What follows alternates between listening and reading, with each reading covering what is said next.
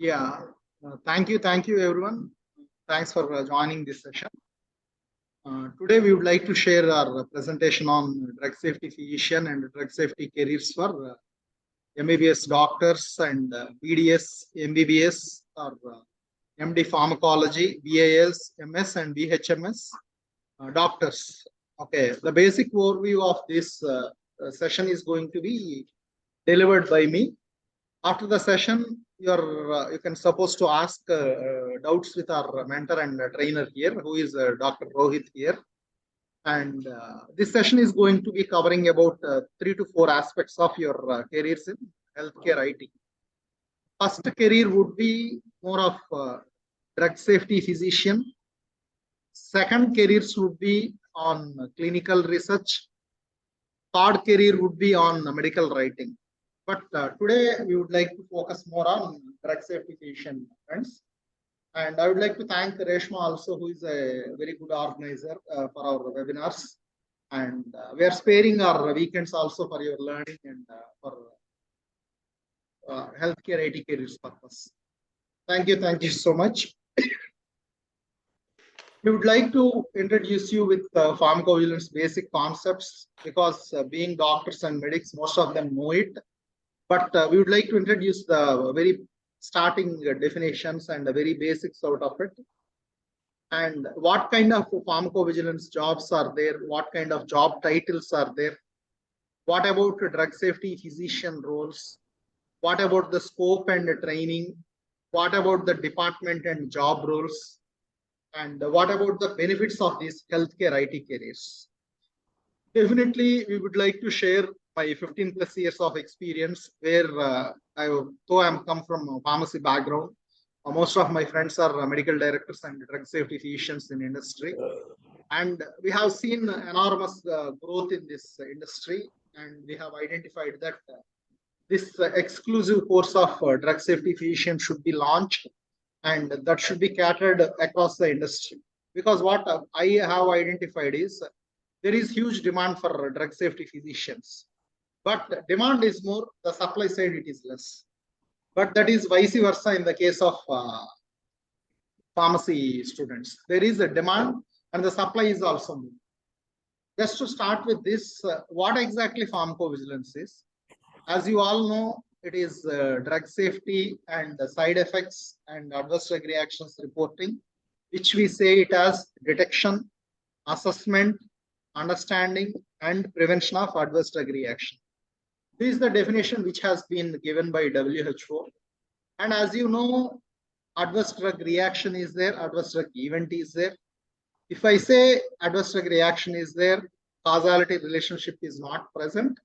Adverse drug event means there is no causal relationship. You might ask, what is the major difference between those of them? That means for adverse drug reaction, we have a concrete evidence that so-and-so reaction happened, which has been caused by a drug.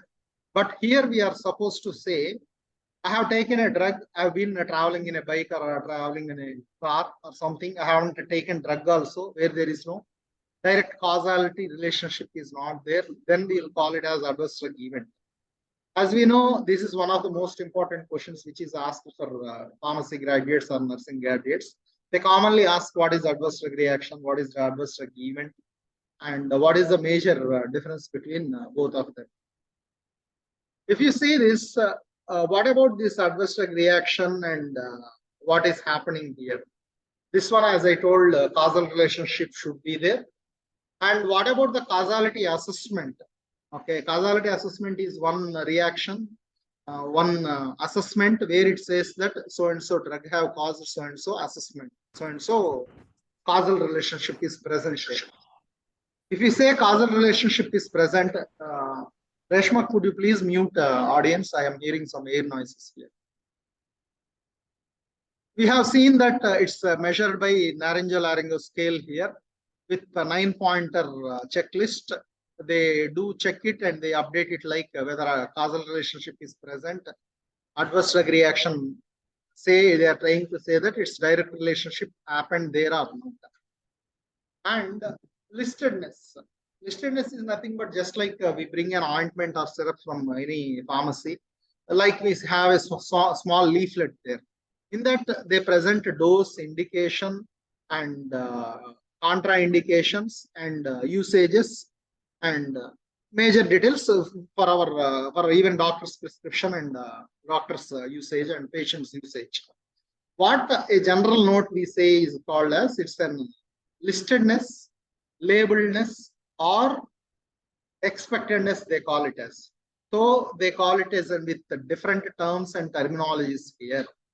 What is the major reaction one have to understand here is, if the adverse drug reaction is not present in that particular leaflet or that particular document, they are supposed to call it as listed, unlisted, if it's not present, unlabeled, or unexpected. But this reference document is called in different places as a different documentation. They will call it as IB in clinical trials, investigator brochure in clinical trials, United States package insert in United States, USA, and SMPC in UK. SMPC is nothing but summary of medicinal product characteristics. This is what a normal drug safety physician does. You'll be trained on particular guidelines, particular safety measures in companies, both the pharma companies, IT companies, even at clinical research organizations. You will understand how the listedness works. You'll understand how the causality works. And MEDRA coding also is one which upgrades yearly twice. We have ICD coding for medical coding. I think ICD 9 or 10 is going on. Even MEDRA coding is the one, the which terminology is used. Just like we call one fever with several terms, just like pyrexia, high fever, or whatever it is, increase in temperature. To make use of a consistency terms means to make use of every terms here. Everyone want a consistent knowledge or consistent terms to be used. Okay. If suppose Lokeshwari madam is coding one event from her place, if some other doctor Rohit is using from one other place from another place where he is working, both the terms should go as a common terminology to the regulatory authorities. And we have three kinds of dictionaries in pharmacovigilance. The first dictionary is called as MEDRA coding. Second dictionary is called as, two dictionaries are for companies, drugs. One is for company drug dictionary, another one is for WHO dictionary. Company drug dictionary is used for coding company drugs. WHO dictionary is used for non-company drugs. Having said that, dictionaries will be used through software where you will be trained on them. But here comes cases. Which kind of cases are we supposed to submit? Normally at hospitals, what does a doctors do? More of they initially take very serious cases. But exact opposite happened during Corona. We were taking non-serious things like cold and fever and sneezing and cough, whatever it is. But normally, when does we consider cases as serious in pharmacovigilance? We consider cases as serious in pharmacovigilance only when it is creating death, when patient is dying because of this, when fatal happening, life-threatening is happening, but where the patient was about to die. What about hospitalization or prolonged hospitalization? What about the congenital anomaly? Nothing but birth defects. As you know, this pharmacovigilance issue happened. This is an history of 60 plus years, which happened in 1960s, where thalidomide was a blockbuster drug for cancer, as you know. Later, it was accidentally used for unapproved indication for what was that? It was used for unapproved indication, used for this one. What is it? Morning motion sickness and nausea. That's where all of people have been became alert. Rather than benefits, they have seen the risks also. Nearly 10,000 kids got affected. 10,000 kids got affected. As you know, it was nothing but phocomelia, and everyone started focusing on that, and they started monitoring drugs. that is a congenital anomaly, and there are few drugs which are resulting or leading kids into everyone or anyone into disability. Along with that, what would be a drug safety physician role means whenever a nurse or a B-Pharm or physiotherapists or dentists are in doubt, they will come and they will check the event significance there. They will downgrade or upgrade it from non-serious to serious, serious to non-serious also. Why we are telling that this medically significant comes here means if it is not fitting into the above criterias, if it is not fitting into the above criterias, one have to create or fix this event into medically significant or medically important event. That means out of these 6 seriousness criteria, anything if it is falling, Reshma, please take care of this noise. If you are saying that if your case is serious, how are you considering it as serious is asked here. They are trying to say it can be fatal, it can be life-threatening, it can be hospitalization. That means so and so adverse reaction is serious and it has caused so and so this. That means we are supposed to be very careful with the serious events. If suppose a case comes directly, we cannot say it is serious. It should have one seriousness criteria. And at pharmacovigilance work and department, we consider cases serious on this, and we report related cases and unexpected cases as a priority. Serious, unexpected, related cases, serious, expected, related cases, non-serious, unexpected, and related cases. There we have hierarchy. Don't feel that I'm going into much technical details, but I'm trying to make you understand with the very basics of pharmacovigilance, where you might be aware of that. And what is the signal? You will be involved in signals and signal detections. You will be involved in reviewing and analysis of aggregate reports also. Being medics, your medical knowledge plays very key role in this pharmacovigilance job and profile. And most of the regulatory communication and regulatory works like aggregate reports, signal detection, or risk management plan, or reporting to authorities is done by medics at core pharma companies like AstraZeneca and Pfizer and Novartis. As you know, there are very good number of pharma companies where they hire medics for good packages and good pay actually. Let us see what is the risk management plan here that describes the risks here. It is of 3 kinds of risks. Let me characterize them. Important identified risk, important missing information risks, important potential risks. They will categorize these kind of risks based upon this risk management plan, where they are trying to address this, and they will use this risk management. Being upcoming drug safety physicians or whatever you call me, I call you, you'll be involved doing all these kind of activities. You'll be involved in the causality assessment. You'll be working on listedness. So automation comes and artificial intelligence comes. It is not going to replace all pharmacovigilance professionals or even drug safety professionals. And seriousness is supposed to be added for there. And here comes the signal. Here comes the aggregate reporting role. And you will be participating while working for the risk management plan as well. And if I say, sir, okay, whatever you are telling is fine, what names I would get, what roles I might start up with. These 2 roles are for, because it varies from company to company and country to country. It's just like for B-Pharm, M-Pharm or nursing students, they are telling that they are starting with the drug safety associate. And another one, they want to start with drug safety scientist. And another one, they are saying that it is drug safety physician and medical reviewer role, which says what about manager and drug safety physician operations. And soon the role will go into associate director role and director role also. And 1 second. Sunny, please. associate director role, and QPPB role. This is one role where few of my friends are there.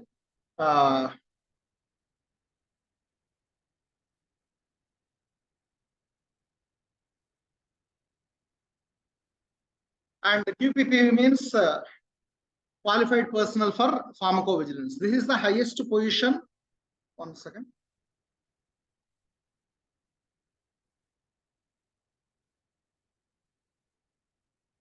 Qualified person for pharmacovigilance is the highest position which anyone can achieve, and it is highly paid job. And this is the best position and highly paid job and highly responsible job also, especially in United Kingdom. If you are able to work for in India for 3 to 4 years, and if you are able to migrate to abroad, you have very good chances of becoming a QPPV person. I have seen most of them are MBBS, PDS, or MD professionals in this particular role. And you can climb this ladder in less than 5 to 10 years based upon your communication skills, based upon your medical knowledge and qualification. Climbing this ladder is very fast for you. And what roles you will do? As I told you, please. As I told you, you will be reviewing all these things: causality, severity, expectedness, and potential degree. And what about the medical indications? And what about the signal management? Signal management and validation analysis also. Signal management and signal detection is a separate part. It's not done on regular softwares. It's done on Empirica signal of software called from Oracle Argus here. You are supposed to take it on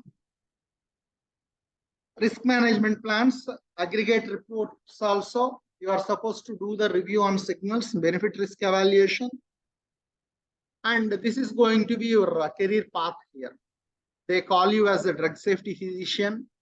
They call you as a medical reviewer. Then you will grow as a senior safety physician, lead safety physician, where they'll give you 3 to 4 drug safety physicians. You will be the team lead or a lead medical reviewer. And you'll become manager, associate director, and qualified personnel also. Okay. What about the associate director role and director role? Yes, you will climb this ladder so fast, and your packages are also going to be attractive and good actually. And where are you? Your jobs are going to be. Definitely, you can think of working in core pharma companies. Not initially, maybe later. Salary entry level, it will be anywhere between 8 to 10 lakhs. And 20 to 30% or 40% depending upon the company, depending upon the projects they pay you, depending upon the project budgets. And you can expect 10 to 15 lakhs of salary within your 2 to 3 years of your entry level also. And what are the basic benefits out of it? It's the work from home jobs, Monday to Friday. You'll be able to manage both your clinic works and at the same time your corporate job works. And most of the time they are outsourcing. They are trying to say these are outsourcing increasing jobs. Okay. You have to understand what is the scope of my role in clinical research. Before pharmacovigilance, we does clinical research, right? Initially, you can start working in these kind of companies like Cognizant, Equia, Paraxel, where these are all called as clinical research or contract research organizations. Here, you'll get work from home, you'll get good pay, good job, work-life balance. Then slowly, if you are climbing ladder, if you are able to go to offices, you can definitely go to core pharma companies and join there. Coming to next career role, this would be our rough course overview. If you are interested, we can share you the course brochure as well. That's not a problem. You learn these things in detail from our 10 years of expert trainer. He is MBBS and MD Pharmacology. He is already on the call. You can directly ask our sir also. Coming to next job role, which you can think of other industries also, parallel industries, which are paying decent money. This is the clinical research and clinical investigator role. Your role will be involved in anywhere, like who is your staff, who is your patients, what is your investigator qualifications. Obviously, MBBS with a little clinical experience, they will hire you. Their clinical research studies, 3 phases will be conducted. You will be getting jobs in core pharma companies, CROs, and even site management organizations, like where smaller setups are there, where hospitals are there. You will be involved in case report form preparations, adverse event form preparations, and you will be involved in safety reporting as a clinical investigator. You will be provided with a team just called clinical research coordinator and clinical research associate, and you will be handling these kind of works in clinical research departments. And what is the role of clinical research investigator here? You will be conducting in research, you will be coordinating, you will be proportionating the budgets, and research you will be taking care of, and you will be preparing of education to patients. We call them as subjects, and you'll be involved, and you'll be the point of contact for the sponsor. Okay. Most of the pharma companies have their in-house clinical research setups, or else if they feel that, okay, why this is headache for me? Why do I not outsource it to another people outside? If they are feeling like that, they will send it to outside and they will do it. Okay. Here comes one more department called medical writing. We do have course on clinical research also, but medical writing is one role which you can think of, where you'll be preparing some scientific documents for clinical trial reports. You'll be preparing educational materials like medical communications, where there is a lot of brochure information and literature information. Some journal publications also should be published if you are going abroad or if you are doing higher studies. Nowadays, you know the importance of journals and journal publications, and magazine writing and news article writing. Everything is important. Here also we have 2 subsets here. One is core scientific and regulatory medical writing, and another one also is falling under medical communications, where you can see all these kind of scientific writings, and some are involved in grant proposals, some are involved in regulatory medical writings, and some are involved in regulatory filings also. Suppose if you are writing these documents, if you are sending them right, then only you will be able to send to appropriate regulatory agencies in a better way. Okay. If you're having any doubts, you can chat here, and you can ask us also. Session is almost about to coming an end, because we are trying to give you a basic overview. Okay, not into very much depth here, but we are trying to showcase that along with clinic careers for a doctors, we are trying to showcase that you have alternative careers along with clinics and academics. You have career in pharma company, you have career in IT companies like HCL, you have jobs in companies like CROs also, Paraxel and IQVIA. That was the main agenda of this session. And this is what a medical writer does also. It might be a regulatory writing, it might be a medical communications writing, where regulatory writing is involved in the clinical trial protocol, clinical trial report, investigator brochure, informed consent form, clinical overviews, educational writing, promotional writing. These are all the target audience. You might ask, sir, we are supposed to write these writings, where these are going to be, where they are going to be, and what shall I do with this? Okay, like that. If you are supposed to understand it, you are supposed to learn this. Okay, you are supposed to learn this, and you are supposed to understand this. It will reach regulatory authorities, it will reach physicians. So if you are writing medical communications, as I said, few of our students got jobs into medical communications also. Medical communication jobs are really good. They are giving you more work from home options.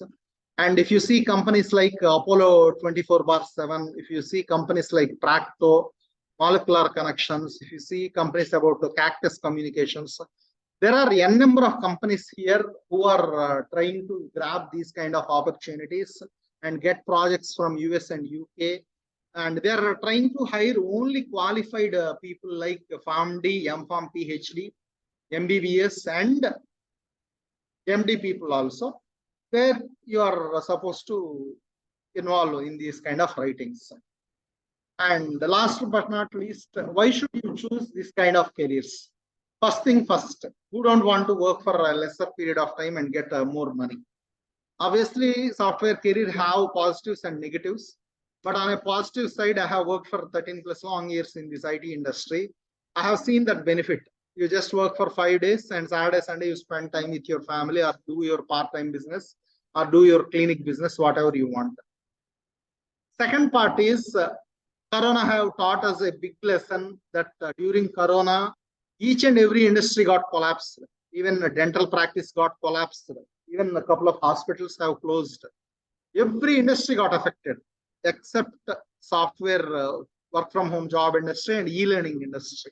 That's where even RISE trainings got good number of admissions and a good number of students also got jobs.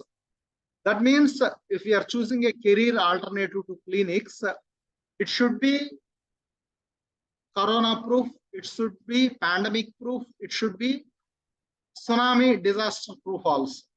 That means it should be work from home option type. That means even for clinic practice also, during a lot of doctors have suffered and struggled, and only few major hospitals has been sustained and survived better. But if you say these are all progressive careers, when compared to a regular hospital or a mid-sized hospital or a clinic, these are all more progressive. That's what I can see and sense. And what about abroad opportunities? Definitely, if you are able to work for 3 to 5 years in India, you have better chances of applying abroad to countries like Canada, USA, and we have our friends and consultants. Today also I was speaking to one of our international speaker and abroad freelance consultant in Australia.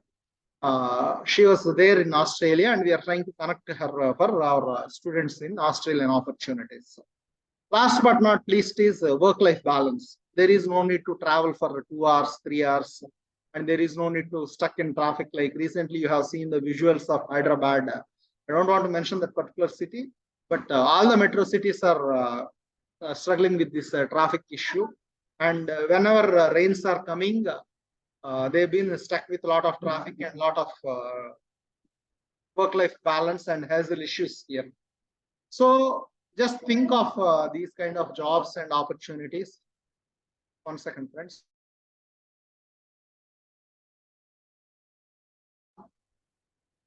And Rohit, would you like to add any points here? Thank you so much for joining the session. We want to make it very simple because we don't want to give 1 or 2 hours of session, because those kind of learnings, however, our trainers will be telling you during the sessions. How was the session? Share the feedback and share your questions also here. Saraswati, Saraswati, are you a doctor, madam? Lokeshwari, I know you are a doctor. Who is this Poco M2 Pro? Can you please name yourself, please? Thank you, Saraswati, for joining. Others also, other 4 can ask your doubts because we have our trainer and mentor here. Ramya, BDS, right? Dentist, our student, right? No, MDS, I think. Yes, MDS. Okay, fine. And how was the session? Did you get any idea? Yes, sir. Now I have idea about the medical writing and pharmacovigilance. Yeah. Ramya, we know, and we know Lokeshwari. And what about others? Saraswati is also a doctor now. Saraswati, if you are having any doubts, please ask. We have our trainer. We will stay here for 10 more minutes, doctors. We want to answer your queries, then only we want to leave the session, because we have a very small number of students today. But still, that is fine. We want to give webinar even for 1 student also. We are not bothered about admissions. We are bothered about only sharing knowledge. Please ask questions, Lokeshwari Garu. You can ask your about job role. Questions same level. Okay. Na parleda bana handle chesana session. బాగా చేశారండి. Because I have always inhibition that everyone will be doctors, will I be able to translate my knowledge or not. Rohit, please add your points also here. Yes, yeah. Thanks, Kiran. Yeah. So, Kiran, you have covered all the points, and thanks all the attendees. So this course basically, I want to tell that it basically enables you for your entry level into the pharma industry, because many of you are not aware of what exactly is going on in the pharma industry, into pharmacovigilance, into clinical research. So it makes you ready and it prepares you for the interview, as well as it helps you in your day-to-day work. So it is helpful for both, as well as and for beginners as well as for experienced persons. So we have different types of courses as per your experience. And so this is all about this. Kiran has covered all the points, and basically we will starting the drug safety physician course. There are about 10 to 12 sessions in this course. And it starts from the basic process like individual case safety, ICSR reporting, like causality assessment and listedness, which Kiran has already explained. And then it goes upwards into signal management, aggregate reports, and risk management process. So we will gradually prepare you for this job for your interview, and then we will also help you in the placement process. So this is another highlight of this course. So besides this, if there are any other questions, you can ask me. Yeah, that's what even I want to highlight. You'll get 3-4 more additional services. One is a very good career counseling, mentoring, resume preparation, LinkedIn profile writing, where we will support you. This is how you have to shape up your profile and showcase it to recruiters. And our trainers are very supportive. We are ready to take you mock interview. Make sure that before attending your interview, we want to make sure that you are losing that fear, because you might be into clinical practice or into doctor this day-to-day practice, but corporate expectation is different. Don't worry, we will bridge that very small and minor skill also, and we'll make sure that you are getting those jobs actually. Yeah, and definitely we want to help you with good paid jobs. That's the only outcome of this session, or my mission, or Reshma's mission, and Dr. Rohit's mission. And we want to help you in real time, and we want to see you getting jobs in these good companies and getting paid well. Okay, ultimately everything is getting prices increased, and everything is getting increased except our salaries, right? Even tomato is shooting its price to 140 or 150 rupees now, except our salary is not shooting, right, Logeshwari madam?